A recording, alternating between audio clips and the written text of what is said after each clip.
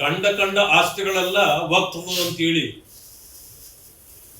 ಏನು ರಾಜ್ಯದಲ್ಲೂ ಕೂಡ ಬಿಜಾಪುರ ಇರ್ಬೋದು, ಬಾಗಲಕೋಟೆ ಇರ್ಬೋದು, ಧಾರವಾಡ, ಬೆಂಗಳೂರು, ಕೋಲಾರ ಮುಂತಾದ ಕಡೆಗಳಲ್ಲಿ ಎಲ್ಲ ಆಸ್ತಿಗಳಿಗೂ ಬೋರ್ಡ್ ಆಗ್ತಕ್ಕಂಥ ಕೆಲಸ ನಡೀತಿತ್ತು. ಇವೆಲ್ಲವುಗಳಿಗೂ ಕೂಡ ತೆರೆ ಬಿದ್ದಿದೆ. ಅದಕ್ಕೆ ದಾಖಲೆಗಳು ಬೇಕು. ಪುರಾವೆಗಳಿಲ್ಲದೆ ಇದನ್ನು ಯಾವುದನ್ನು ಕೂಡ ಮಾಡಲಿಕ್ಕೆ ಸಾಧ್ಯ ಇಲ್ಲ ಅಂತಕ್ಕಂಥದ್ದನ್ನ ಏನು ಕೇಂದ್ರ ಸರ್ಕಾರ ಎತ್ತಿ ಹಿಡಿದಿತ್ತು, ಅದಕ್ಕೆ ಇವತ್ತು ಸುಪ್ರೀಂ ಕೋರ್ಟ್ ಇಂದ ಕೂಡ ಪುಷ್ಟಿ ಸಿಕ್ಕಿದೆ. ಆ ಕಾರಣದಿಂದ ಇಷ್ಟ ಬಂದಂತೆ ಮನ ಬಂದಂತೆ ಈ ಆಸ್ತಿ ನನ್ನದು, ಅದಕ್ಕೆ ಬೇಲಿ ಆಗ್ತಕ್ಕಂಥ ಕೆಲಸ ಇನ್ನು ಮುಂದೆ ಯಾರೂ ಕೂಡ ಮಾಡಲಿಕ್ಕೆ ಸಾಧ್ಯ ಇಲ್ಲ.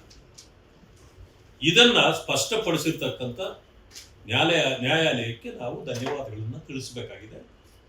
ಕರ್ನಾಟಕದಲ್ಲೂ ಕೂಡ ಈ ಓಲೈಕೆಗಳನ್ನು ಬಿಟ್ಟು, ಜನರನ್ನ ದಾರಿ ತಪ್ಪಿಸ್ತಕ್ಕಂಥ ಕೆಲಸವನ್ನು ಬಿಟ್ಟು ರಾಜ್ಯ ಸರ್ಕಾರ ಈ ವಿಚಾರದಲ್ಲಿ ಸೂಕ್ತ ಕ್ರಮಗಳನ್ನು ತೆಗೆದುಕೊಳ್ಳಬೇಕು ಅಂತಕ್ಕಂಥದ್ದನ್ನು ಮನವಿಯನ್ನು ಮಾಡ್ತೇವೆ. ವಕ್ಫ್ ವಿಚಾರದಲ್ಲಿ ಒಂದು ನಿಲುವನ್ನ ತೆಗೆದುಕೊಂಡು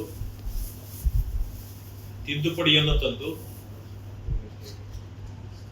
ವಕ್ಫ್ ಆಸ್ತಿಗಳನ್ನ ರಕ್ಷಣೆ ಮಾಡತಕ್ಕಂಥ ಕೆಲಸ ಮಾಡಬೇಕು ಅಂತ ಹೇಳಿ ಈಗಾಗಲೇ ತೀರ್ಮಾನ ತಗೊಂಡಿದೆ. ಹಲವರು ಅದನ್ನ ನ್ಯಾಯಾಲಯಕ್ಕೆ ಒತ್ತು ಒಯ್ದಿದ್ರು.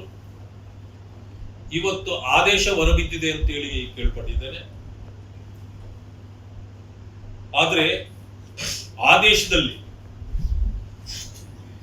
ಏನು ಸರ್ಕಾರ ತೀರ್ಮಾನ ತೆಗೆದುಕೊಂಡಿದೆ ಅದಕ್ಕೆ ತಡೆ ನೀಡಿಲ್ಲ.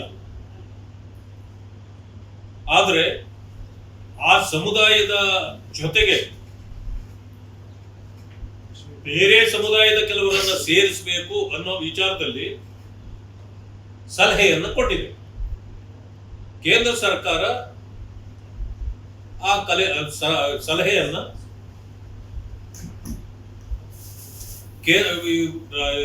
ಸುಪ್ರೀಂ ಕೋರ್ಟ್ ಹೇಳಿರೋ ಕಾರಣ ಸಲಹೆಗಳನ್ನು ಸ್ವೀಕಾರ ಮಾಡಬೇಕಾಗತ್ತೆ. ನಮ್ಮ ಸರ್ಕಾರ ಯಾವಾಗಲೂ ಕೂಡ ನ್ಯಾಯಾಲಯಗಳಿಗೆ ಬೆಲೆ ಕೊಡ್ತದೆ. ಸುಪ್ರೀಂ ಆದೇಶವನ್ನ ಯಾರೇ ಆಗಲಿ ನಾವು ತಳ್ಳಿ ಹಾಕುವಂತದ್ದಿಲ್ಲ, ಅದನ್ನ ಪಾಲನೆ ಮಾಡಬೇಕಾಗತ್ತೆ. ಮಾನ್ಯ ಪ್ರಧಾನಮಂತ್ರಿಗಳು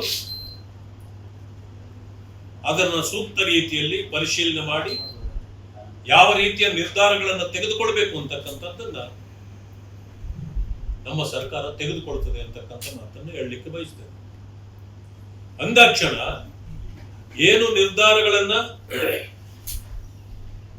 ವಕ್ಫ್ ಆಸ್ತಿಗಳನ್ನ ಉಳಿಸುವ ಕಾರ್ಯವನ್ನ ಕೇಂದ್ರ ಸರ್ಕಾರ ಮಾಡಿತ್ತು, ಅದಕ್ಕೆ ಜಯ ಸಿಕ್ಕಿದೆ ಅಂತಕ್ಕಂಥ ಮಾತನ್ನು ಕೂಡ ನಾನು ಹೇಳಲಿಕ್ಕೆ ಬಯಸ್ತೇನೆ.